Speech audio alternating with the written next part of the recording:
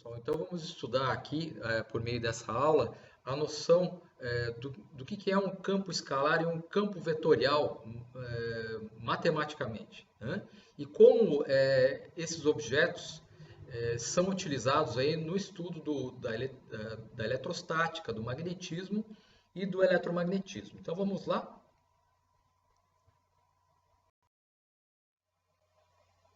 Bem, então vamos ver aqui a noção de campos escalares, né? Então, essa imagem que está aqui atrás é a grande mancha vermelha aí do planeta Júpiter, né? Uma tempestade aí, gigantesca, né? Vocês já vão entender por que eu coloquei essa imagem aí no fundo dos slides, tá? E, bom, então vamos definir aí matematicamente o que se chama um campo escalar e relacionar esse campo escalar com problemas da física, né? Então, o que é um campo escalar, tá? Quando você tem um campo escalar, nós vamos fazer um mapeamento, né? Um mapeamento do espaço, tá?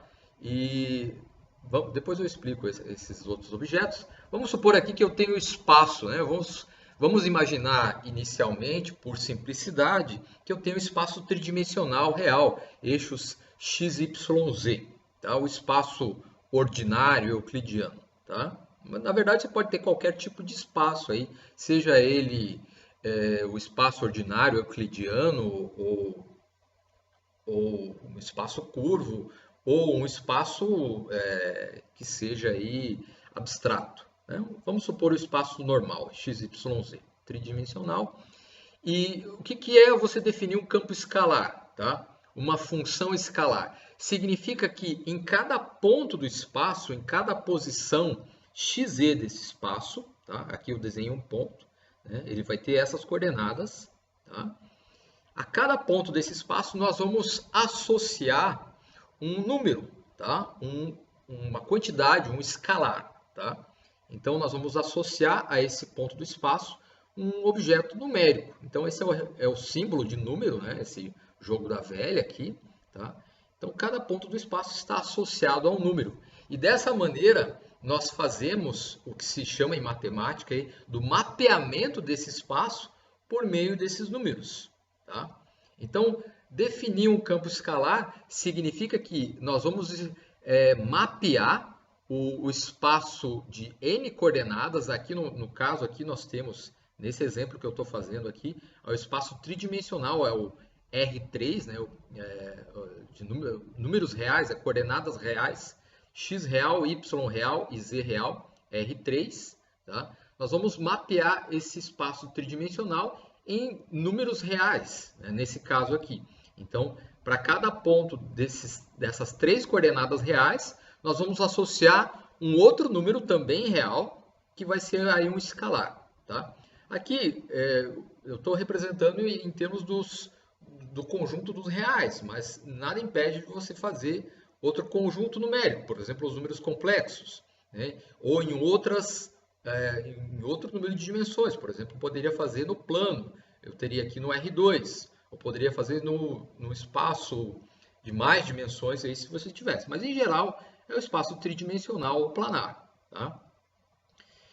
Então, para exemplificar o que significa isso, né? Então, matematicamente, então, a cada ponto do espaço, você associa um número, um escalar. Então, isso aqui é um campo, tá?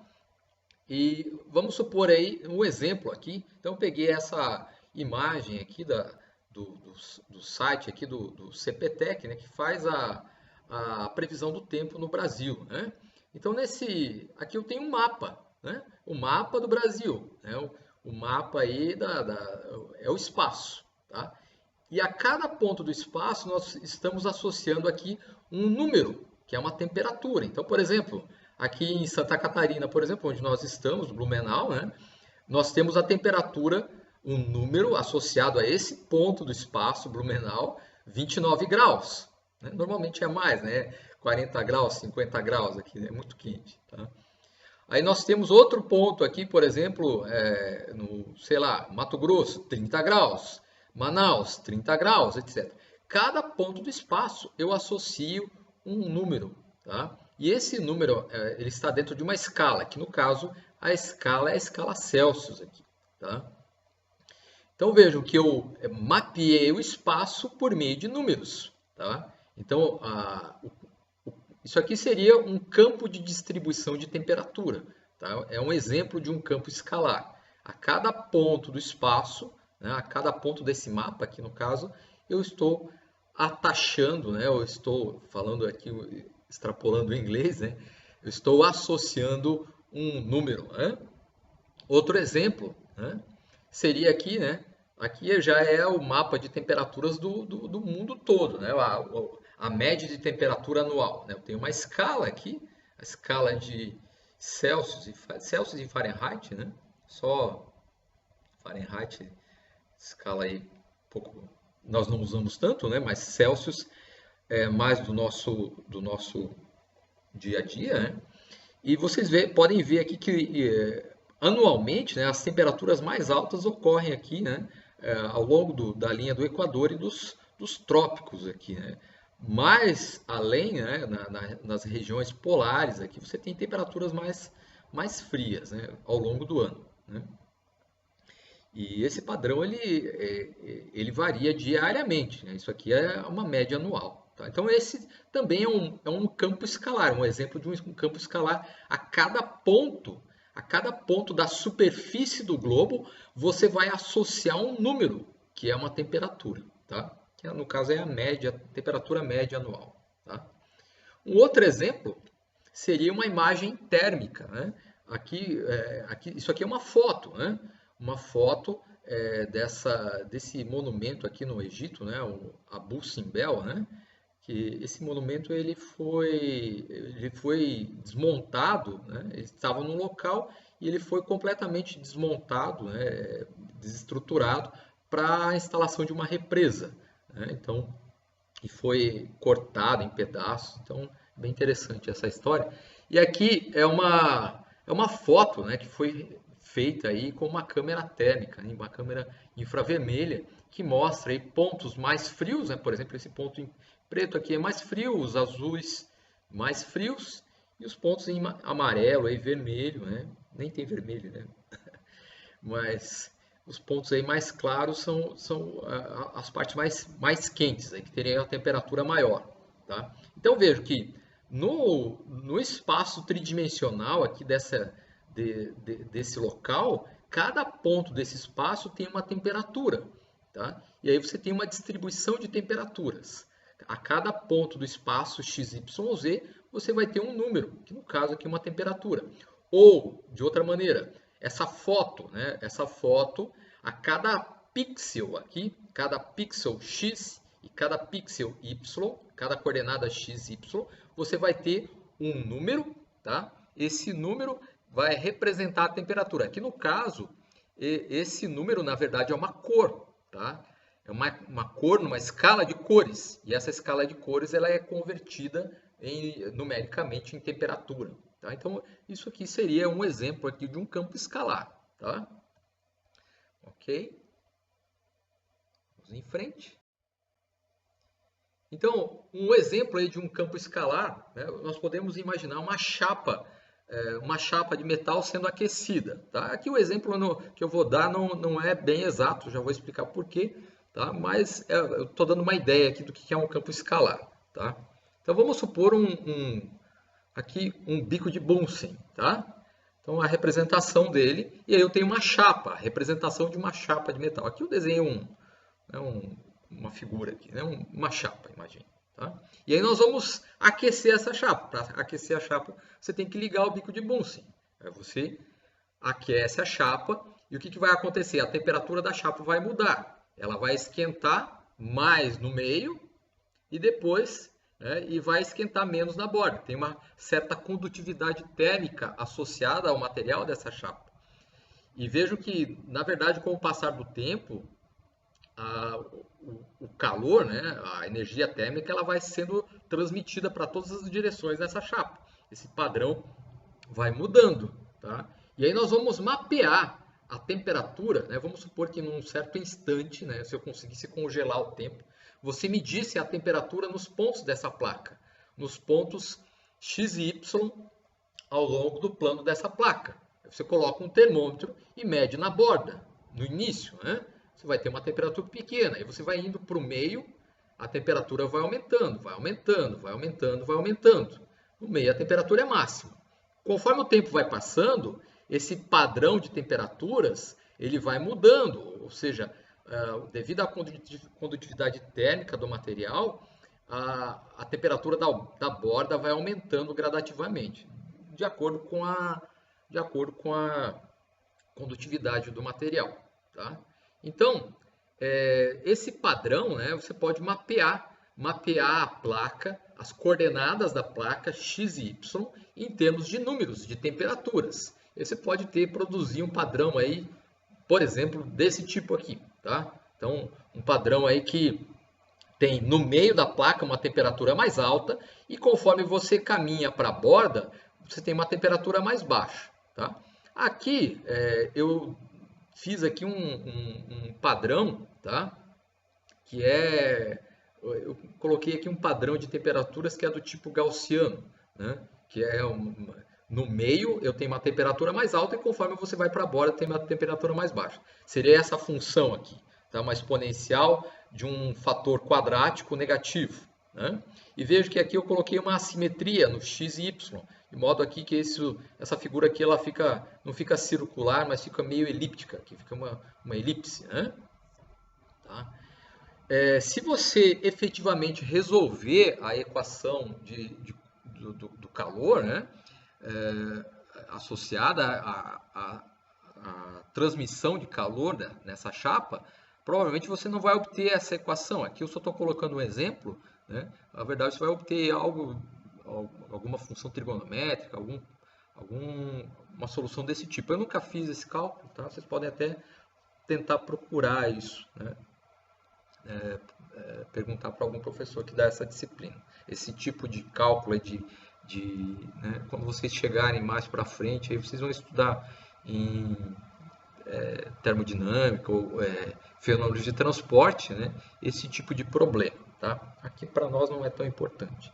Então, em cada ponto da placa, em cada ponto x e y da placa, nós vamos associar um número, que no caso esse número é uma temperatura de acordo com essa escala. Tá? Definimos aí dessa maneira o campo escalar. Para nós, em eletromagnetismo, um campo escalar muito importante vai ser o potencial eletrostático. Em cada ponto do espaço nós vamos associar um número e esse número nós vamos chamar de potencial elétrico. Tá?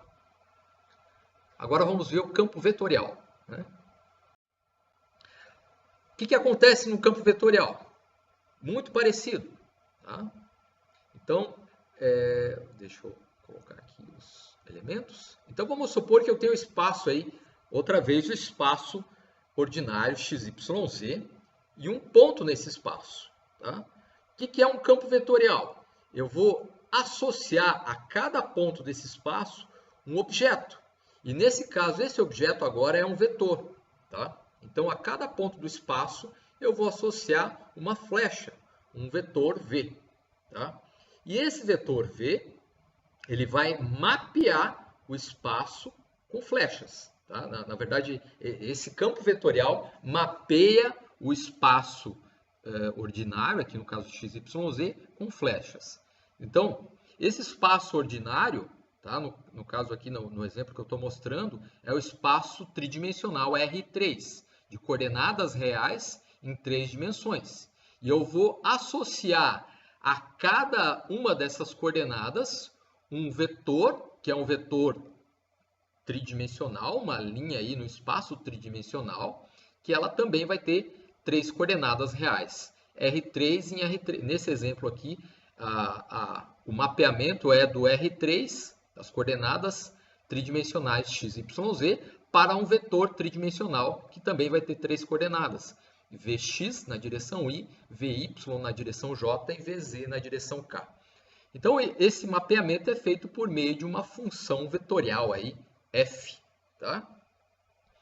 Então, nós vamos calcular o vetor por meio de uma função específica que vai depender das coordenadas. Em cada coordenada você vai ter uma flecha dessa. Em cada coordenada a flecha tem um módulo e uma orientação espacial. Tá?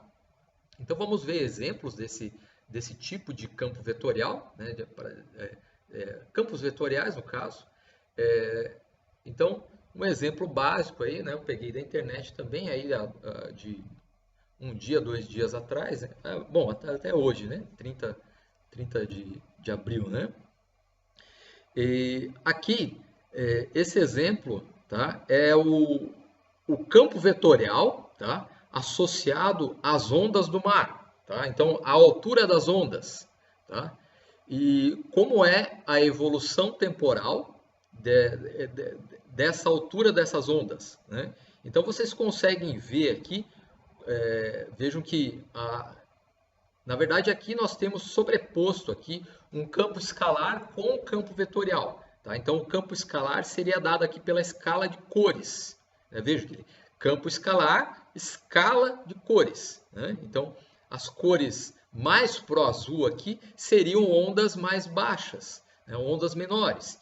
E a escala mais quente aqui, né, seria ondas mais altas aqui. Então, você pode ver aqui que mais aí, daqui a alguns dias nós teríamos ondas mais elevadas aqui na costa, né? Se vocês forem para a praia durante a quarentena, vocês podem surfar ondas mais altas aí, né?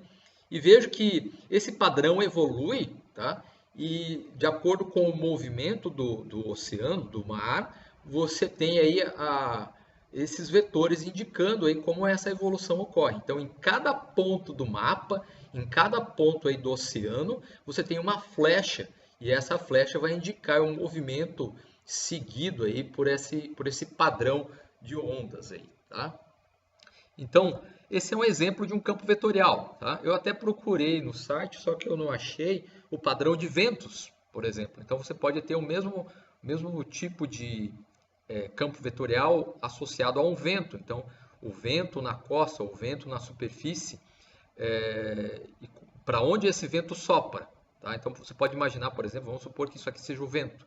O vento sopra para cá, para o outro lado, etc. Você vai ter os vetores, o comprimento dos vetores seria a velocidade do vento. Vetor maior, velocidade maior, vetor menor, velocidade menor. Tá? Então, esse é um exemplo simples aí de campo vetorial. Tá? Ok? Cada ponto do espaço você associa um vetor. Né? Vamos ver outros exemplos. Aqui na imagem que eu coloquei aqui atrás, que é a grande mancha vermelha de Júpiter, é uma tempestade. E cada ponto dessa tempestade, né, aqui não está aparecendo mais, cada ponto da tempestade tem uma velocidade. Então, essa grande mancha vermelha, você pode associar ali a cada ponto uma velocidade, um vetor velocidade. E nesse vetor velocidade, de acordo com o padrão de vetores de velocidade, você tem um campo vetorial. Aqui, né, eu coloquei um exemplo, né, no plano, tá, de um padrão de vetores. Cada ponto do plano, cada ponto x e y do plano eu tenho um vetor. Então, por exemplo, aqui no origem eu tenho um vetor bem pequenininho. Quando eu vou mais para a borda, aqui o vetor é maior. Né? Então, esse padrão aqui, esse exemplo, né, foi gerado por essa função aqui, por esse campo vetorial. Então, eu vou criar vetores. Esses vetores, as componentes do vetor, a componente horizontal na direção Y e a componente vertical na direção J. Essas componentes dependem aí de que posição no plano você está, em que ponto x e y do plano você está. Então você tem essa dependência maluca aí e esse padrão, tá? Então, por exemplo, vamos supor que você esteja numa sala, uma sala quadrada, tá? E aí você quer mapear como o ar ele flui dentro dessa sala, tá? Por exemplo, se você abre uma janela, o ar vai entrar com uma velocidade grande e vai fluir por dentro da sala e vai produzir um padrão de velocidades, um campo vetorial de velocidades dentro da sala, né? Nessa época, por exemplo, dessa pandemia aí do coronavírus, isso é importante porque quando você tem aí um fluxo de ar, esse fluxo de ar vai transportar os micro-organismos e você pode modelar esse transporte das partículas de ar por meio de um campo vetorial. E esse campo vetorial ele muda constantemente, tá?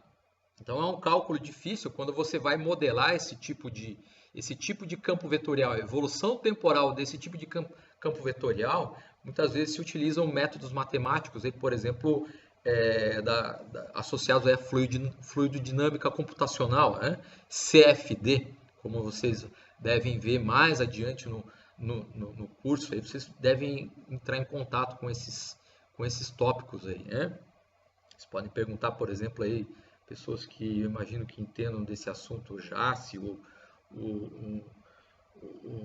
professor Sávio, né? Vocês podem perguntar para ele sobre esse tipo de assunto, tá? Fluidodinâmica computacional, tá? Um tema interessante, vários alunos trabalham com isso daí, tá? Agora, um campo vetorial no espaço. No espaço ficaria esse padrão, tá?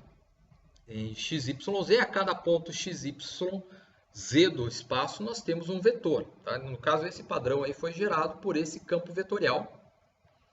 Né? Então, um vetor que tem componentes XYZ, a componente Vx é o próprio x, a componente Vy é o próprio y negativo, e a componente Vz do vetor é menos z ao quadrado.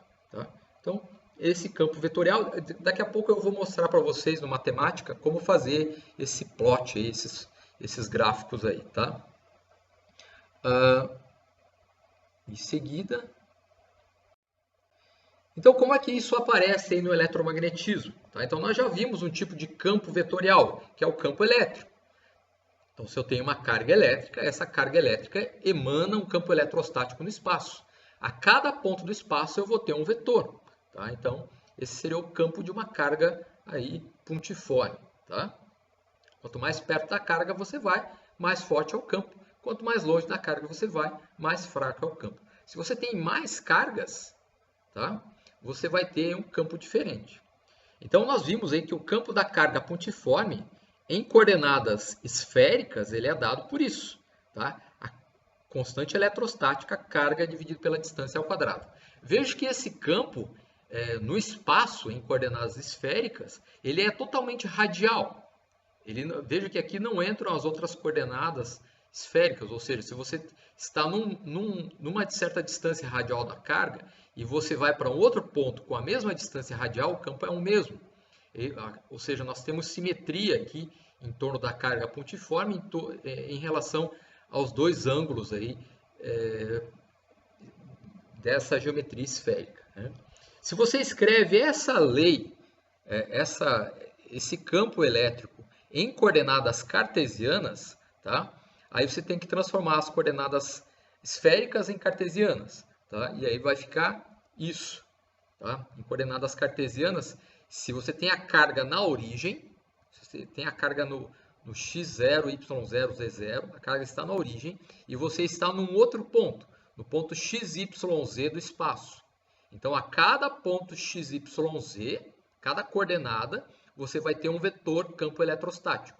E esse vetor é dado por essa expressão aqui, com a carga na origem. Mas pode ser que a carga não esteja na origem do sistema de coordenadas. Aí você tem que usar isso. Tá? A carga está no ponto x0, y0, z0. E você mede o campo na posição xyz. Então, em coordenadas cartesianas fica bem complicado. Então, por isso que nós usamos coordenadas esféricas, porque a carga, o campo da carga pontiforme, ele tem simetria esférica. Então, o mais natural é você utilizar o sistema de coordenadas esféricas. Tá? Não se preocupem aqui se vocês não estão entendendo muito bem isso aqui. Eu só estou mostrando para vocês, tá? Só estou mostrando, tá? Não vou cobrar nada disso, ok? Vamos lá. Então, se eu tenho mais cargas, né, uma carga positiva mais forte, uma carga negativa mais fraca, você tem um padrão diferente aí. Então, o padrão vai depender da distribuição de cargas, né? No caso aqui, a distribuição discreta, como nós já vimos. Tá? Na verdade, esse gráfico aqui, vocês podem perceber que as flechas elas estão tortas aqui. O vetor ele não é curvo, tá? O vetor ele é sempre um segmento. Nós representamos a flecha do vetor como um segmento de reta. Ele é reto, tá? Na verdade, esse traçado aqui, esse gráfico, ele se chama um gráfico de fluxo ou de stream, tá? De modo que essas linhas são as linhas de campo, aqui as linhas de fluxo, e os vetores campo elétrico tangenciam essas linhas de campo. Okay? Nós temos, além do campo eletrostático, né, o campo magnético. Então, o campo magnético de um ímã. Então, aqui tem um ímã, e em cima desse ímã nós jogamos aqui limalha de ferro, pó de ferro. E dessa maneira, a limalha de ferro vai se orientar de acordo com o campo magnético emanado pelos polos do ímã. Nós não estudamos ainda o campo magnético, mas o campo magnético é um exemplo de um campo vetorial. A cada ponto do espaço ao redor desse ímã, nós vamos associar um vetor campo magnético. Tá? Então, por isso que nós utilizamos campos vetoriais e campos escalares no eletromagnetismo. Então, eles vão ser utilizados para representar esse tipo de fenômeno, esse tipo de grandeza na física. Espero que vocês tenham entendido aí essa explicação sobre esses campos escalares e vetoriais. Campo escalar, a cada ponto do espaço você associa um número. Campo vetorial, a cada ponto do espaço você associa um vetor.